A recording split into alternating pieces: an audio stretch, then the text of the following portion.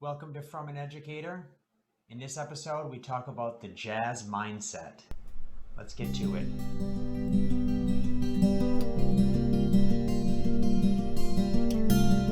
Welcome back to From an Educator. I'm Mr. James, an educator. This is show number 60. It is currently the end of May. This episode's actually coming out a few days later than I wanted it to. It's been quite a week. Quite a heavy cloud hanging above me.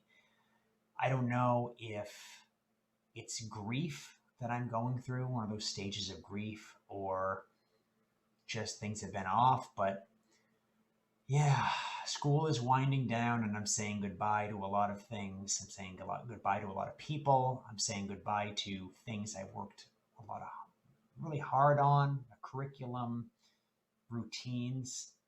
And yeah, it's just one of those things. I guess I'm just not doing so well with it. My normal schedule's doing well as far as the schedule of my life, but it's just, I feel kind of empty inside. Have you ever gone that way before? This episode is about the jazz mindset. We're going to talk about that. It's not just about the music jazz, which I've actually been playing, which I'm going to kind of fit in here, but also this idea of being able to adapt and kind of live in the moment, which is basically in the feel and spirit of jazz music. But of course, we need to start these episodes with some updates from our state of Maine. Now, the date I'm recording this is a few days later. I did this on Friday. This is May 28th, 2021. And as of that specific date, there was 128 cases of COVID-19 that day with an average of 120. So it has been going down. It's kind of leveling off because I think it went down to 90 and it went back up again to over 100. And we're just worried about this thing happening now, which is this new UK Indian variant that was discovered in Vietnam, and what this might do, if it's going to be a whole other plague of sorts. I know everyone's getting tired of this. This state in general wants to open up. I'm hearing talk about that everywhere, and people are talking about wanting to get outside and get to restaurants and make money and just have things go back to the usual this time of year. Memorial Day is coming up. Actually, it's tomorrow. That's how late I'm recording this. It's currently Sunday. Sorry, everybody. But it's something where everybody wants to grill. They want to enjoy their first unofficial day of summer, and they want to have friends over. They probably want to hug and be close. And yeah, are we ready for that? Even for those that are vaccinated, I'm hearing about people getting sick again. And colds. I heard from somebody they got a cold and they knew it was a cold. They were completely vaccinated and it didn't have the same symptoms they would have had if they probably had COVID, because they learned about that over the past year and a half. But they got a cold, and this time of year, thinking about colds, a summer cold. I don't want to get a cold. So I'm in public with my mask on. I see many in stores now with no masks on, and it's just how things are going to be. I just don't want to be susceptible to any sort of virus. At the same time, I have a lot of masks that I think look pretty great on me, and I don't know. I think it covers my face up. I kind of feel a little inconspicuous wearing a mask. So it's just one of those things that I think for an introvert is a great thing. But I definitely don't want to get sick. And in school, we're definitely going to be wearing these. And in summer school, which I will be teaching in around a month now, it is something that I'm going to be wearing. I'm going to be wearing a mask. I'm going to be doing the same PPE that I normally do, just making sure that everyone is safe and treating it as if we're in, you know, the worst part of our pandemic, where our numbers were like 3 or 4 times what they are now. So the talk of next year in school, we don't know exactly what's going to go on. I'm going to be preparing my room to be completely cleaned. I'm taking all of my markers off the floor for the 3 feet spacing that I had to do. But I'm drawing up plans what that's going to look like if I have to have double the amount of students and yet want them spaced throughout. So, so many things on my plate. And that, as well as looking back at what I've done, seeing what worked, seeing what didn't work, and then having a final rotation that I really can't put all my effort into because they're missing so much of my instruction. It's just kind of bringing everything down. And yeah, I don't know. I think it's one of these things where you have to kind of go through it. It's really difficult to be in a situation where you have to show happiness and show that you have everything going on well in your life and that you have control when you feel like you have no control and you feel sad inside and just kind of empty. But it seems like I've been living that for the past few weeks. So if I'm not my usual cheerful self on this podcast, if I am that at all, then you can know what I'm kind of going through. By the way, as a little side note, I do edit these podcasts, and I've had to edit a lot more in these past few weeks. I'm hoping I can get through the show without too many edits. I just had to record another show, not this one, but a weekly holiday show that I do for my students. And I probably did 17 different takes. And this is something where I don't want to splice in and edit too much of the video. So I try to do it from start to finish. And after the 16th, 17th time, it definitely took on its own sort of character. So if I seem winded, it's because of that and everything else. So when I made this slide a few days ago, maybe even a week ago, I thought about the regrets that I might have had in my life and why I shouldn't have regrets, especially this year, and thinking about everything I've done and all the hard work I put in, and why it's coming full circle and right up in my face as I'm with my last rotation and trying to make sense of what happened this year and what I can salvage for next year and where everything is headed. And I mean, as I'm looking through my notes right now on the screen, I am half in, I'm half out, and I'll explain this on the way. My first point that I made on this slide was that you don't have time to look back unless you're forced to. And it's still kind of true for me. I move ahead and I get things done, and I have to do the schedule that I have. It just kind of maintains, my body needs that. Do I mentally move away from what I'm doing while I'm doing it many times? Yes. I can be playing music in front of an audience and be thinking completely about something else. I could be exercising in the morning and not be focused on what I'm doing. And I still get the workout done, but I'm pretty sure I didn't put the effort in. But I just feel like we don't have a lot of time to look back unless we are forced to have to look back. And this happens often when we get sick, or something happens that we could have prevented, and we look back and say, no, I could have prevented that. But most of us don't really have a lot of time to do that. We can make time, and definitely in a different podcast, I mentioned about making time to do that sort of thing. And you should, but you shouldn't have regrets about what you've done. You should live in the moment. You should learn how to enjoy the moment and learn how to be present. And that's easier said than done. And I'm definitely having a hard time doing that when I want to escape the moment because it's just too sad. And I even had, things happen today outside of school that just made me sad. And I'm just trying to not fall back on something soothing. For me would be just sitting and playing music and practicing, which may be for nothing, honestly, or, just being reclusive and being away from people. And I can't just wall myself up into a room. I do that for this podcast and I do that for some other videos I make, but I gotta be part of a family. I have to be part of the world. And yeah, it's kind of hard sometimes. And I shouldn't have regrets about anything.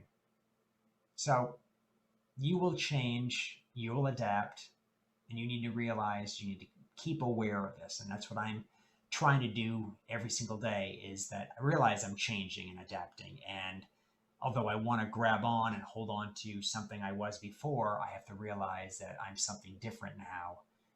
And this is the way things have to be. And maybe it's myself looking forward to the future where I'm working and how different it's going to be than this year, because I got used to this year and I had a schedule, and things seemed to fall in place. Once I knew exactly how to do the things I had to, it just seemed like something I could keep up.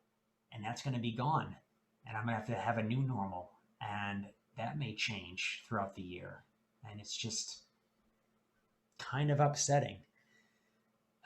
But you have to go with it. Importance is your value. And what that means is that what is important to you is what you can value. And you make the importance. Nothing has to be important. You can not have anything that has any meaning in your life. If you feel that's comfortable to live with, I think most people wouldn't think that way. You have to find something that's important and find something that you value, and that's basically what you hold on to. And that may change, but you still need to hold on to something with that same passion. I mean, that's really important. I put in the last part of the slide, I wrote, the grass is greener in your mind. It's true. In your mind, the grass is greener. But is it really greener? That's one of the things where you look forward to things changing and you think things are going to be better. And then, are they as better as you thought they would be? Maybe not. But no regrets, right? You're going to adapt. You're going to change. You're going to be a better person. You're going to learn from this. It's just when you're looking into the fog ahead and you don't know what's going to happen, that's sort of like reluctance to go through it. And I think that's what I'm feeling right now. So my last point, raise expectations for yourself, not for others. Always have great expectations for yourself. You can't put them through others, because that's what's going to get you down. If you feel you can bring somebody up to a certain level that you think they should be at, you should do that same thing for yourself and not for them. Always make yourself better. Always think about doing things for yourself. And for those that see you doing that, they'll be influenced by you. They will become a better person because they see you trying to make yourself better. But trying to put expectations on someone else, put your own dreams on someone else, that doesn't work. That's something you should regret. No regrets for helping yourself. Get better.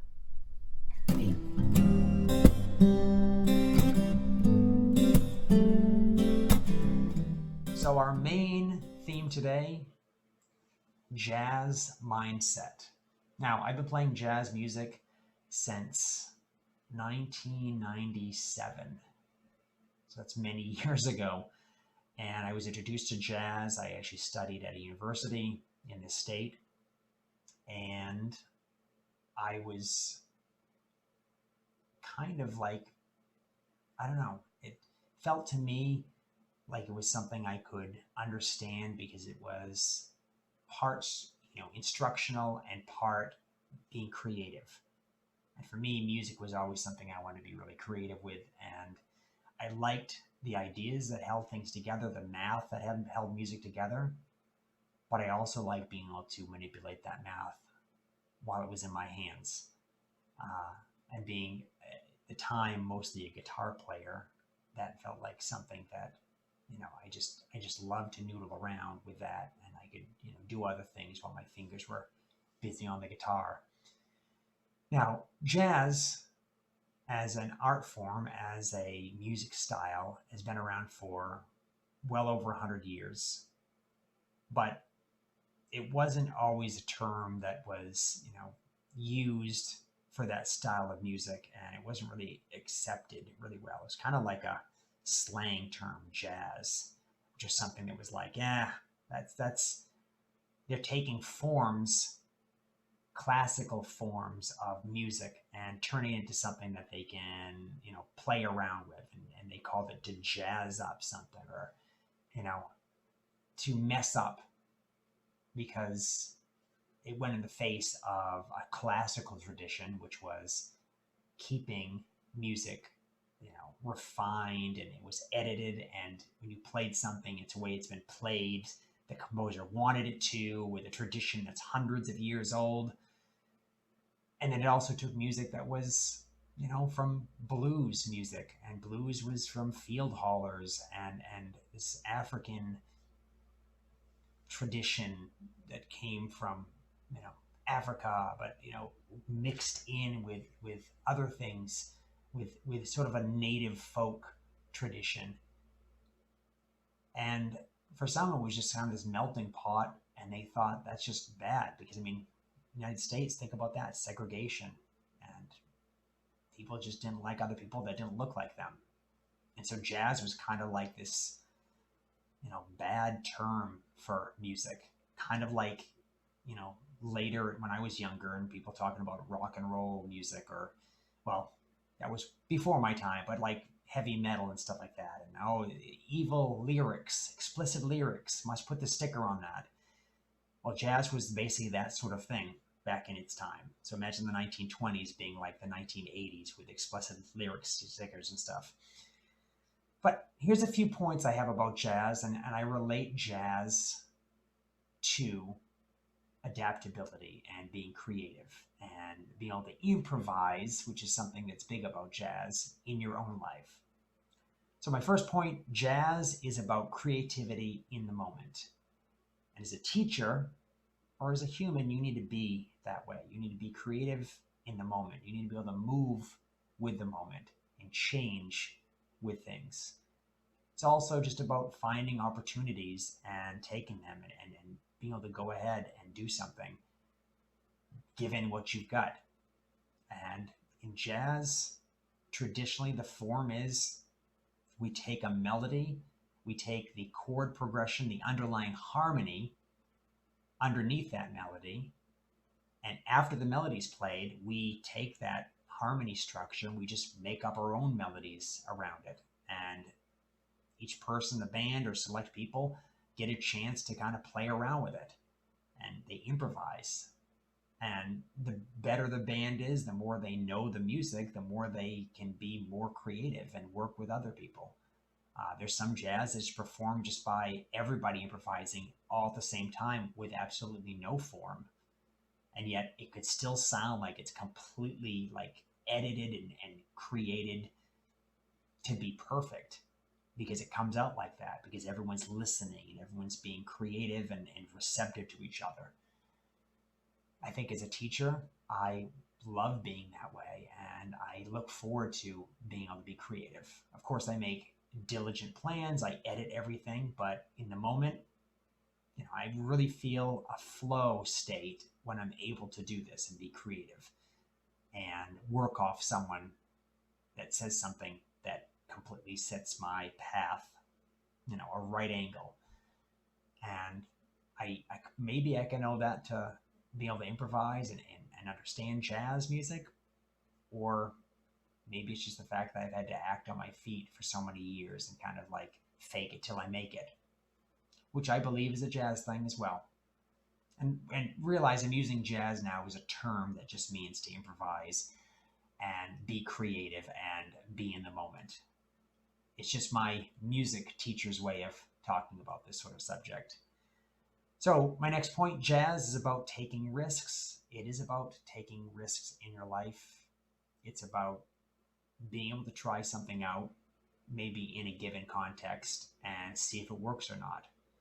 I used to make a joke that if you played something wrong, it was good enough for jazz. I heard that often. Like, you can play any wrong note. If you play something wrong once, it's a mistake. If you play it twice, it's jazz. That's another little joke. But to me, jazz is kind of like an open doorway for creativity. So you can do anything with it.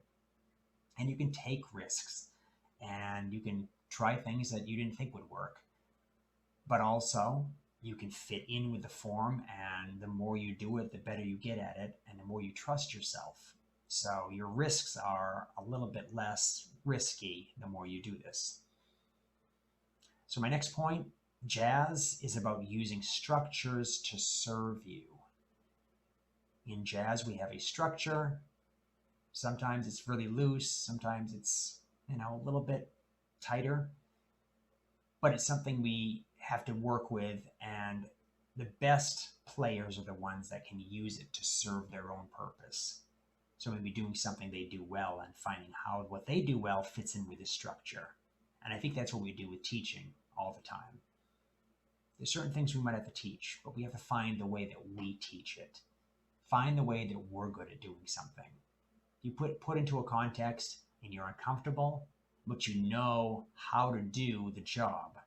Do the job that the way you would do the job, but in the way that they want to see it, if that makes any sense. Find a way to fit into someone else's structure, if you have to, and make it your own. Now, jazz is about using what others have shown you. And honestly, the greatest jazz players that I know of all talk about playing with amazing other players, because they said they were basically on the tops of giants. And it's true that if you're around someone who's better at doing something than you are, and you're trying to learn from them, that you're going to learn a lot faster by watching them and just by being within their vicinity and seeing how they react to something. And with music, I've always found that to be the same way. It just kind of lifts me up and makes me want to be better. And I have to kind of pull my own weight.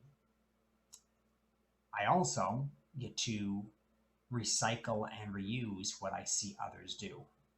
And there's this call and response thing that happens in music where someone does something and you respond in your own way. And jazz is kind of like that with the improvisation cycle of many of the music that is played. Someone plays something, someone else improvises off of that, someone else plays something else, kind of like the band and the soloist have a call and response thing.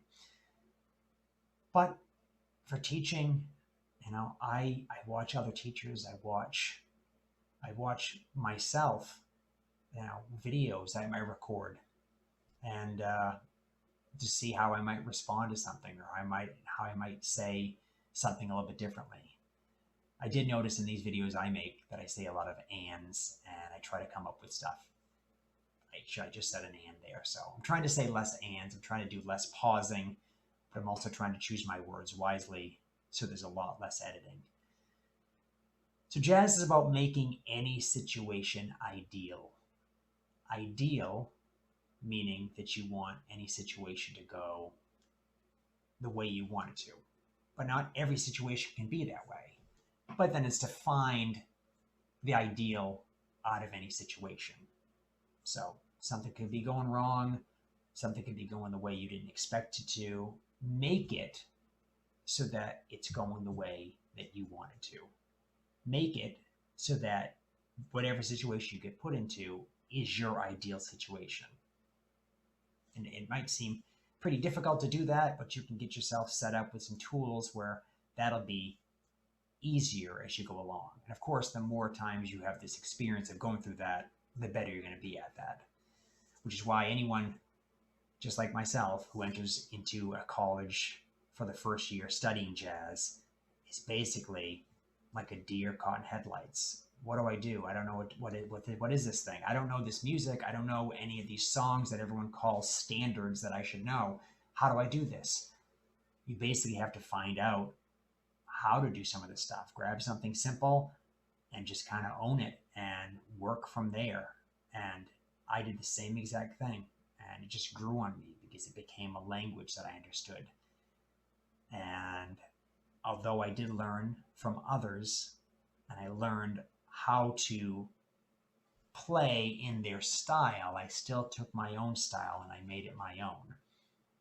And one of my favorite guitar players, Pat Metheny, of whom I play many of his pieces, he's the one that kind of made, for me, jazz his own, and I kind of looked at as being like a role model.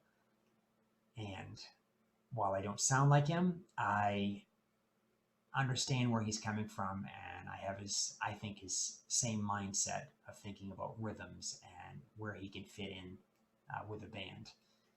So he's definitely made a situation ideal for himself, and I try to do that every single time I'm playing. So jazz is about supporting yourself while giving to others. Bringing back to the music version, in a band, if you're playing a rhythm, you're playing with the band, you're playing with a rhythm section. You're giving someone who's soloing something to solo over. You're giving them an accompaniment, you're giving them a backing so they can play over your harmonies.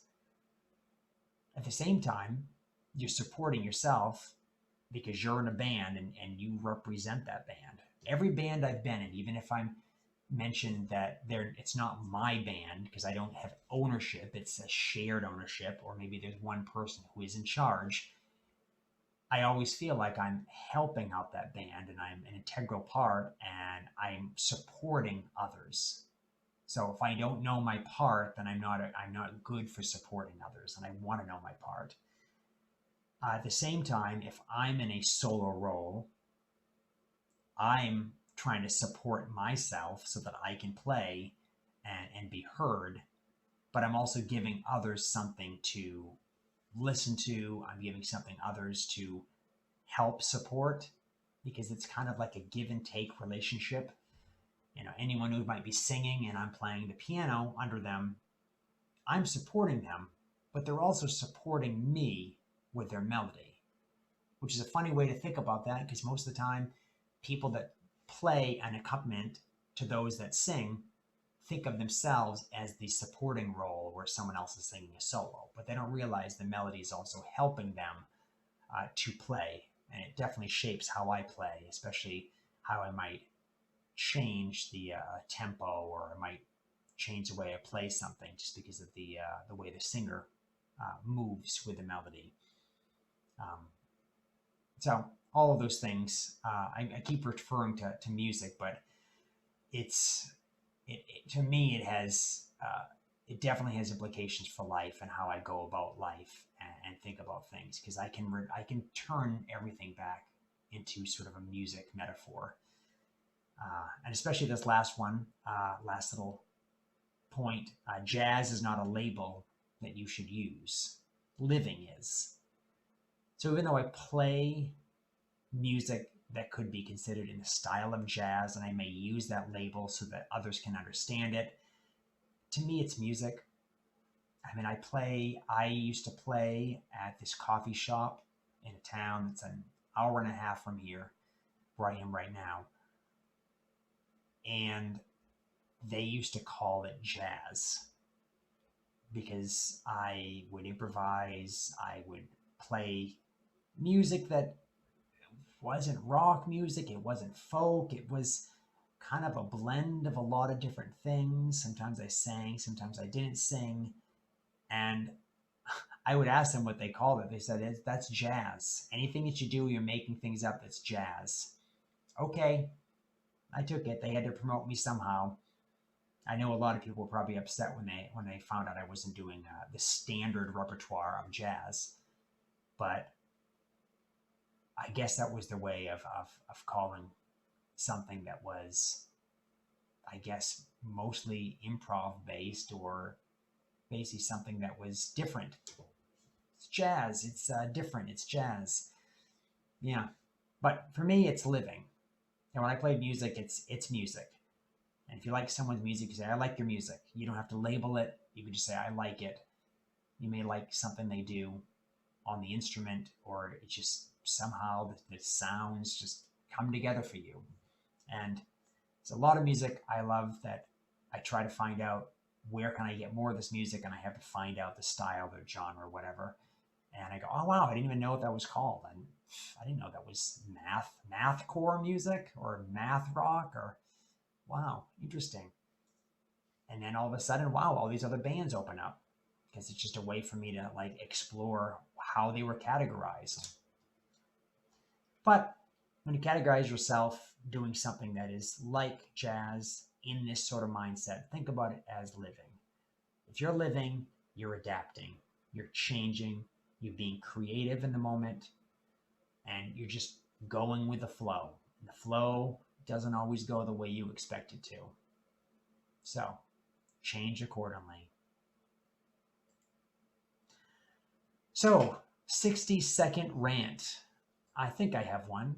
Music that moves you. Here we go.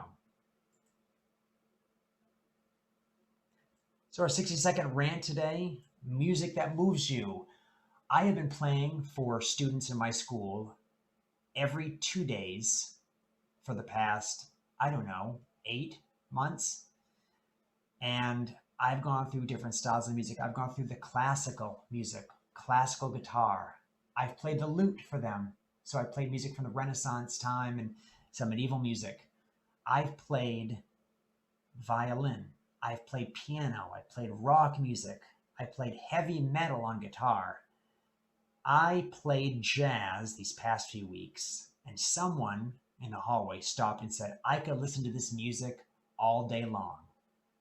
And I didn't get that when I was soloing to some heavy metal song. I got that when I was playing jazz.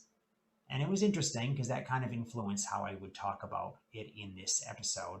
But also thought to myself, this is something that moves somebody. So what music moves you? Something that you can listen to all day long. I've been trying all year to get one of those responses from somebody. Came from a teacher, and they're the ones that got to hear most of my concerts anyways, because students would be walking through in the morning to go to class.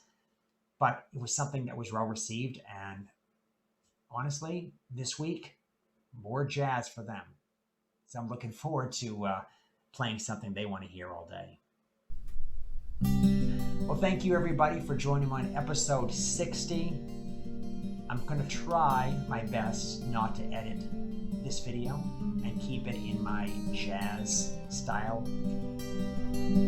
which is to improvise and to do things on the fly and adapt. Most of these episodes are like that anyways. We have a time constraint to get these out, and I'm sorry this was a little bit late. As usual, please subscribe and like, and as always, take care of yourself.